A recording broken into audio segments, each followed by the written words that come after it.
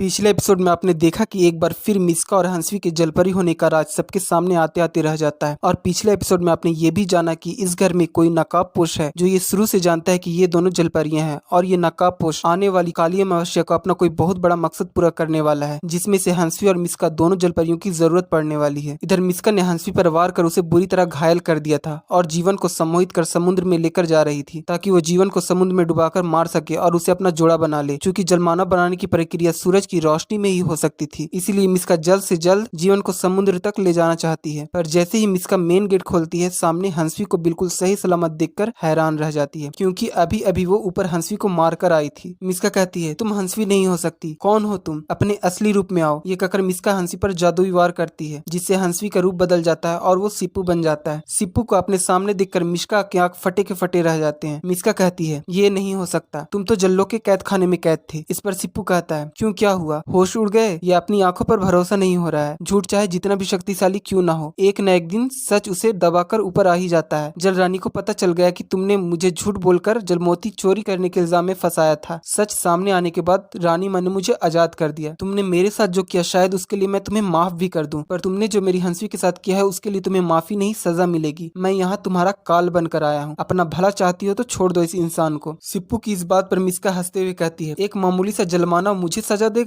मेरे रास्ते से हट जाओ, वरना जो हाल मैंने हंसवी का किया है वही हाल तुम्हारा भी करूंगी। आज ये कायनात भी मेरे साथ है, आज मुझे मेरा प्यार मिल जाएगा, एक जलपरी को उसका जोड़ा मिल जाएगा। अपनी जान प्यारी है तो हटो मेरे रास्ते से। ये कहकर मिस्का जीवन को लेकर वहाँ से जाने लगती है, पर तभी सिप्पू मिस्का का हाथ पकड़ लेता है और कहता है, मुझे नहीं पता कि ये इंसान कौन है, पर मुझे इतना जरूर पता है कि इसी इंसान को बचाने के लिए हंसवी ने जल्लोक का सबसे बड़ा नियम तोड़ा था, जिसकी सजा उसे मिली है। इसलिए मैं इतनी आसानी से तो तुम्हें इस इंसान को ले जाने नहीं दूंगा। मिस्का सिप्पू से अपना हाथ छुड़ाती है और एक जोर के झटके से सिप्पू को दूर फेंक देती है और जीवन को लेकर घर से बाहर निकल जाती है। पर तभी सिप्पू वापस उठता है और अपने जादुई वार से मिस्का के पैर जकड़ देता है, जिससे वो आगे नहीं बढ़ पा रही थी। मिस्का गुस्से में पीछे मुड़ती है और कहती है, तुम्हें सच में ऐसा लगता है कि तुम्हारा ये मामूली सा जादू एक 150 साल पुरानी जलपरी को रोक पाएगा? ये कहकर मिस्का एक सेकंड में सिप्पू के जादुई जकड़न से आजाद हो जाती है और सिप्पू पर जोर का जादुई वार करती है, पर सिप्पू मिस्का का वार अपने जादू से रोक लेता है। मिस्का हैरान थी कि सिप्पू के पास इतनी शक्तियां कहां से आ गई। मिस्का को हैरान देखकर सिप्पू मुस्कुराकर कहता है, हैरान हो कि मेरे पास ऐसी शक्तियां कहां से आ गई? मेरी शक्तियों के पीछे की वजह भी तुम ही हो। मुझे तो इस 150 साल पुरानी मक्कार जलपरी का शुक्रिया अदा करना चाहिए, क्योंकि अगर तुमने मुझे कैद खाने में कैद न करवाया होता तो शायद मैं कभी जल तपस्या न करता। मैंने कैद खाने में जल तप किया है और मुझे भी शक्तियां मिली है। ये कहकर सिप्पू अपने जादुई वार से मिस्का को दूर फेंक देता है। मिस्का वापस उठ खड़ी होती है और कहती है, तू चाहे जल तप कर या अग्नि तप, तू मेरा मुकाबला कभी नहीं कर पाएगा। मिस्का हूँ मैं, मिस्का, अपार शक्तियां हैं मेरे पास। ये कहकर मिस्का सिप्पू पर जादुई वार करने लगती है, पर सिप्पू भी मिस्का का पुरजोर मुकाबला कर रहा था। अचानक मिस्का सोचती है, मेरे पास इतना वक्त नहीं है कि मैं इस जलमानव का मुकाबला करती रहूं। जलपरी का सम्मोहन एक निश्चित समय के लिए होता है। जीवन किसी भी वक्त मेरे सम्मोहन से मुक्त हो जाएगा और घर वाले भी किसी भी वक्त बाजार से आते होंगे। उनके आने से पहले मुझे जीवन को यहाँ से लेकर निकलना होगा। अब मुझे बल का नहीं, छल का प्रयोग करना होगा। यही सोचकर मिस्का अचानक सीढ़ियों की तरफ देखकर कहती है, हंसवी तुम भी आ गई? मिस्का की ये बात सुनकर सिप्पू हंसवी को देखने के लिए पीछे मुड़ता है और जैसे ही सिप्पू पीछे मुड़ता है, मिस्का टेबल पर रखी चाकू उठाकर सिप्पू के पीठ पर घोंप देती है और कहती है, तूने मुझे मक्कार कहा तो देख मेरी मक्कारी। ये कहकर मिस्का एक और बार सिप्पू को चाकू मारती है, जिससे सिप्पू जमीन पर गिरकर दर्द से तड़पने लगता है। मिस्का कहती है, मना किया था ना मैंने कि मेरे रास्ते में मत आ, अब मर, नीचे तू मर और ऊपर वो हंसवी। ये कहकर मिस्का जीवन को लेकर घर से बाहर चली जाती है। इधर सिप्पू दर्द में हंसवी को पुकारता है, जिससे ऊपर कमरे में बेहोश गिरी हंसवी को होश आ जाता है और वो सिप्पू की आवाज सुनकर घायल हालत में ही लड़खड़ाते हुए ऊपर के कमरे से नीचे सिप्पू के पास चली आती है। सिप्पू को उस घायल अवस्था में देखकर हंसवी रोने लगती है और हंसवी को उस हालत में देखकर सिप्पू भी रो रहा था। सिप्पू कहता है, मैंने बहुत कोशिश की हंसवी मिस्का को रोकने की, पर उसने धोखे से मुझ पर वार किया, नहीं रोक पाया मैं उसे। इस पर हंसवी कहती है, क्यों आया तू यहाँ? किसने बुलाया था तुझे? क्या हालत हो गई है तेरी? अब मैं क्या करूँ? कितनी मजबूर हूँ मैं, न जीवन को बचा पाई और ना तुझे। तभी हंसवी को याद आता है कि दादी का बनाया जड़ी बूटी का लेप बचा हुआ है, जिससे सिप्पू का दर्द कम सकता है। हंसवी दौड़कर वो लेप लेकर आती है और सिप्पू के घाव पे लगाने लगती है। सिप्पू कहता है, हंसवी तू मेरी चिंता मत कर, तेरे पास वक्त नहीं है। जिस इंसान को बचाने के लिए तू अपनी दुनिया छोड़कर इंसानी दुनिया में चली आई, उसे इतनी आसानी से मरने मत दे, अभी भी वक्त है, बचा ले उस इंसान को। ये कहकर सिप्पू अपनी शक्तियां हंसवी के शरीर में डाल देता है और कहता है, मेरी ये शक्तियां तुम्हारे पास एक निश्चित समय के लिए ही रहेंगी। उतने समय में तुम्हें किसी भी तरह मिस्का को हराकर उस इंसान को बचाना है। हंसवी कहती है, नहीं, मैं तुझे इस हालत में छोड़कर कैसे जा सकती हूँ? तेरा कितना खून बह रहा है, तुझे कुछ हो जाएगा। इस पर सिप्पू कहता है, मुझे कुछ नहीं होगा, मेरी चिंता ना कर, जल्दी जा, मिस्का अभी ज्यादा दूर नहीं गई होगी। हंसवी को कुछ समझ नहीं आ आ रहा था कि वो क्या करे, पर सिपू के कहने पर हंसवी सिपू को स्टोर रूम में छुपा देती है और मिस्का और जीवन को खोजने निकल जाती है। इधर मिस्का ऑटो वाले से कहती है कि उसे जल्द से जल्द पास के किसी समुद्री तट पर ले चले और जीवन के साथ वो बीच की तरफ बढ़ती है। रास्ते में मिस्का सोचती है आज मुझे मेरा जीवन मिल जाएगा, एक जलपरी को उसका जलमाना मिल जाएगा, अब मेरे रास्ते में कोई नहीं आ सकता, जो मेरे रास्ते में आ सकते थे उन्हें तो मैंने रास्ते से ही हटा दिया। मिस्का ऑटो वाले से बोलती है कि वो तेज चलाए। इधर सड़क पर हंसवी को समझ नहीं आ रहा था कि वो किस तरफ जाए, जीवन को किधर ढूंढे। तभी हंसवी सोचती है ये मुंबई है, चारों तरफ समुद्र है, मिस्का बड़ी आसानी से समुद्र तक पहुंच जाएगी, पर वो उसी समुद्री तट तक जाएगी जो यहाँ से सबसे नजदीक हो। यही सोचकर हंसवी एक आदमी से पूछती है कि सबसे नजदीक कौन सा समुद्री तट है, और हंसवी उस आदमी के बताए हुए समुद्री तट की ओर ऑटो से निकल जाती है। इधर घर में थोड़ी ही देर बाद घर वाले बाजार से वापस चले आते हैं और घर में खून के धब्बे और हंसवी जीवन और मिस्का को मिसिंग पाकर बहुत घबरा जाते हैं। बुआ बेहोश पड़ी सिमरन को होश में लाती है। सिमरन बताती है कि मिस्का जीवन को लेकर गई है। इस पर बड़ी माँ कहती है जीवन कोई बच्चा नहीं है जो उसे कोई भी ले जाएगा, मुझे लगता है कुछ और ही बात है, पुलिस को कॉल करना चाहिए। बड़ी माँ पुलिस को कॉल करती है। तभी मिश्री ऊपर के कमरे से चिल्लाते हुए नीचे आती है और कहती है हंसवी दीदी भी अपने कमरे से गायब है। इस पर सिमरन कहती है मेरा यकीन कीजिए ये सब इन दोनों बहनों का ही कोई चाल है, मिश्का ने ही मुझे मारकर बेहोश किया था। इस पर बुआ कहती है सारी गलती हमारी है, हमें इन अनजान बहनों पर भरोसा करना ही नहीं चाहिए था, अगर जीवन को कुछ भी हुआ ना तो मैं इन दोनों बहनों को छोड़ूंगी नहीं। इस पर दादी कहती है पागल हो गए हो तुम लोग, सिमरन के सर पर तो चोट लगी इसलिए ये कुछ भी बोल रही है, बेचारी हंसवी जो अपने बेड से सुबह तक हिल भी नहीं पा रही थी वो करेगी ये सब, और जीवन कोई गोद का बच्चा नहीं है जिसे दोनों बहनें चुरा कर ले जाएंगी। तभी रजनी दौड़ कर आती है और कहती है दादी माँ मैंने सारा घर देख लिया, कहीं कुछ भी चोरी नहीं हुआ है। दादी कहती है सुन लिया तुम लोगों ने, अब मेरा मुंह मत देखो, जल्दी से पुलिस को कॉल करो, पता नहीं तीनों किस हालत में होंगे। इधर स्टोर रूम में सिप्पू घर वालों की आवाज सुनकर समझ जाता है कि ये लोग वापस आ गए हैं। तभी सिप्पू को कुछ याद आता है जिससे उसके होश ही उड़ जाते हैं। उसे याद आता है कि यहाँ आते समय रास्ते में उसने जल तांत्रिकों के एक समूह को देखा था। सिप्पू सोचता है हे जलदेव मैंने इतनी बड़ी गलती कैसे कर दी, बाहर जल तांत्रिकों का एक समूह घूम रहा है, वो तो हंसवी को सुनकर ही पता लगा लेंगे कि हंसवी इंसान नहीं बल्कि एक जलपरी है। जल तांत्रिक सदियों से हम जल जीवों के जानी दुश्मन रहे हैं, ये मैंने क्या कर दिया, हंसवी को अकेले क्यों भेज दिया, अगर जल तांत्रिकों ने हंसवी को देख लिया तो वो अपनी मायावी बांसुरी से हंसवी को अपने काबू में कर लेंगे। नहीं मैं हंसवी को अकेला नहीं छोड़ सकता, मुझे बाहर जाना होगा। सिप्पू यही सब सोचकर स्टोर रूम से बाहर चला जाता है और किसी तरह सबकी नजरों से बचते हुए घर से बाहर चला जाता है और ऑटो वाले को सबसे नजदीकी समुद्री तट तक ले जाने को कहता है। इधर मिस्का हंसवी और सिप्पू के शरीर की गंध हवाओं में फैलने लगती है जिसे सिर्फ जल तांत्रिक ही स्मेल कर सकते थे। जैसे ही जल तांत्रिकों को जलपरी के शरीर की गंध मिलती है वो चौंक जाते हैं। एक जल तांत्रिक कहता है अद्भुत, एक नहीं ये तो एक से ज्यादा है, मेरी शक्तियां बता रही है कोई जलपरी हमारे आसपास ही है, ढूंढो उसे, अगर जलपरी हमारे हाथ लग गई तो महागुरु हमसे खुश हो जाएंगे, जलपरी के शरीर की गंध इधर से ही आ रही है, चलो जल्दी। तीनों जल तांत्रिक जलपरी को ढूंढने लगते हैं। इधर मिस्का जीवन को लेकर समुद्र के पास पहुंच जाती है। ऑटो वाला कहता है कि बीच पास में ही है, वहां तक ऑटो नहीं जाएगी, आपको पैदल ही जाना होगा। मिस्का जीवन को लेकर तेजी से बीच की तरफ जाने लगती है। तभी मिस्का की नजर जल तांत्रिकों पर पड़ती है। मिस्का सोचती है अब ये लोग कहाँ से आ गए, अगर गलती से भी इन लोगों ने मुझे देख लिया तो अच्छा नहीं होगा। मिस्का उनकी नजरों से बचते हुए बीच पर चली जाती है और जीवन को लेटाकर जलमाना बनाने की विधि शुरू कर देती है। मिस्का सूरज को देखकर सोचती है सूर्यास्त होने में ज्यादा वक्त नहीं है, ऊपर से वो जल तांत्रिक, मुझे जल्द से जल्द विधि पूरी करनी होगी। इधर ऑटो वाला हंसवी को उसी बीच के पास लाकर उतार देता है और आगे पैदल जाने को कहता है। हंसवी तेजी से बीच की तरफ बढ़ती है। इधर घर वाले हैरान परेशान पुलिस के साथ तीनों को चारों तरफ खोज रहे थे पर इनका कोई पता नहीं चल पा रहा था। इधर ये तीनों जल तांत्रिक जैसे ही बीच के पास पहुंचते हैं उन्हें जलपरियों के शरीर की तेज गंध मिलने लगती है। तीनों जल तांत्रिक बहुत खुश हो जाते हैं। एक कहता है आगे समुद्र है, हो ना हो जलपरियां हमें वहीं मिलेगी। तीनों जैसे ही समुद्र तट की तरफ बढ़ने लगते हैं वैसे ही इन्हें सिप्पू के शरीर की गंध मिलती है जो पीछे की तरफ से आ रही थी। सिप्पू भी ऑटो से उतरकर इधर ही आ रहा था। तीनों में से एक जल तांत्रिक कहता है इधर पीछे भी कोई जल जीव है, आज सबका शिकार होगा, कोई नहीं बचेगा, तुम दोनों समुद्र तट की तरफ जाओ, मैं पीछे जाता हूँ, ऐसा मौका बार बार नहीं मिलेगा, एक भी जल जीव बचना नहीं चाहिए। ये कहकर तीनों जल तांत्रिक जलपरियों को पकड़ने के लिए निकल जाते हैं। इधर मिस्का समुद्री तट पर जीवन को जलमाना बनाने की प्रक्रिया पूरी कर रही थी। तभी हंसी वहाँ पहुंच जाती है और चिल्लाकर कहती है रुक जाओ मिस्का, बंद करो अपनी ये तंत्र मंत्र की प्रक्रिया, क्योंकि अब इन सब का कोई फायदा नहीं, मैं आ गई हूँ जीवन को वापस ले जाने। हंसवी को अपने सामने देखकर मिस्का दंग रह जाती है। गुस्से से लाल मिस्का चिल्लाकर कहती है चली जाओ वापस, अगर आज तुम्हारी वजह से ये प्रक्रिया पूरी नहीं हुई तो तुम सोच भी नहीं सकती कि मैं तुम्हारा क्या हाल करूंगी। इस पर हंसवी कहती है तुम्हें जो करना होगा तुम कर लेना, पर मैं तुम्हें जीवन को जलमाना कभी नहीं बनाने दूंगी। ये कहकर हंसवी रेत पर सोए जीवन को उठाने लगती है। तभी मिस्का गुस्से में हंसवी पर जादुई वार करती है जिससे हंसवी दूसरी तरफ जा गिरती है। हंसवी तुरंत उठती है और मिस्का पर जादुई वार करती है। अचानक के वार से मिस्का जमीन पर गिर जाती है। मिस्का हंसते हुए कहती है अच्छा तो मरते मरते उस जलमाना ने अपनी शक्तियां तुम्हें दे दी हैं और तुम्हें लगता है कि इन मामूली सी शक्तियों से तुम मुझे हरा दोगी। इस पर हंसवी कहती है ना ही सिप्पू मरा है और ना ही उसे मैं मरने दूंगी, और तुमने जो दर्द सिप्पू को दिया है उसका हिसाब भी तुम्हें देना होगा। ये कहकर हंसवी मिस्का पर जादुई वार करने लगती है। दोनों जलपरियां समुद्री तट पर एक दूसरे पर वार वार परवार कर रही थी। हंसवी डटकर मिस्का का मुकाबला तो कर रही थी, पर सिप्पू की अस्थायी शक्तियां धीरे धीरे कमजोर पड़ रही थी। इधर सिप्पू हंसवी को खोजते हुए जैसे ही समुद्री तट की तरफ बढ़ता है, वैसे ही जल तांत्रिक सिप्पू के सामने खड़ा होता है। जल तांत्रिक को देखकर सिप्पू के होश ही उड़ जाते हैं। जल तांत्रिक कहता है, तो तू है वो जल जीव जिसकी शरीर की गंध मुझे मिल रही थी? इस पर सिप्पू कहता है, तुम्हें कोई गलतफहमी हो रही है, मैं कोई जल जीव नहीं, एक इंसान हूँ। इस पर जल तांत्रिक कहता है, तू इंसानों को बेवकूफ बना सकता है, मुझे नहीं। अपने असली रूप में आ, वरना मुझे पता है कि तुझे तेरे जलजी रूप में कैसे लाना है। सिप्पू सोचता है, इसे बेवकूफ बनाना असंभव है, मेरे पास मेरी शक्तियां भी नहीं है कि मैं इसका मुकाबला कर अपनी जान बचा सकूं। अगर इसने अपनी बांसुरी बजाई तो मैं ना चाहते हुए भी अपने जलमानव रूप में आ जाऊंगा, और अगर एक बार मैं अपने जलजी रूप में आ गया तो ये जल तांत्रिक मुझे अपने बोतल में बंद कर लेगा, फिर मेरा बचना नामुमकिन होगा। जीवन अभी सोच ही रहा था कि जल तांत्रिक कहता है, तो तू ऐसे अपने असली रूप में नहीं आएगा, मुझे मेरी बांसुरी बजानी ही पड़ेगी। ये कहकर जल तांत्रिक अपना मायावी बांसुरी निकालकर बजाने लगता है। बांसुरी की धुन सिप्पू को तड़पाने लगती है। इधर समुद्री तट पर मिस्का और हंसवी एक दूसरे पर वार परवार कर रही थी कि अचानक वहां दोनों जल तांत्रिक पहुंच जाते हैं और अचानक से दोनों पर जादुई भभूत छीट देते हैं। हंसवी पहले से ही कमजोर हो चुकी थी, इसलिए भभूत के शरीर पर पड़ते ही हंसवी जमीन पर गिरकर तड़पने लगती है, पर मिस्का पर इस भभूत का कोई खास असर नहीं होता है। जल तांत्रिक हंसते हुए कहता है, मैंने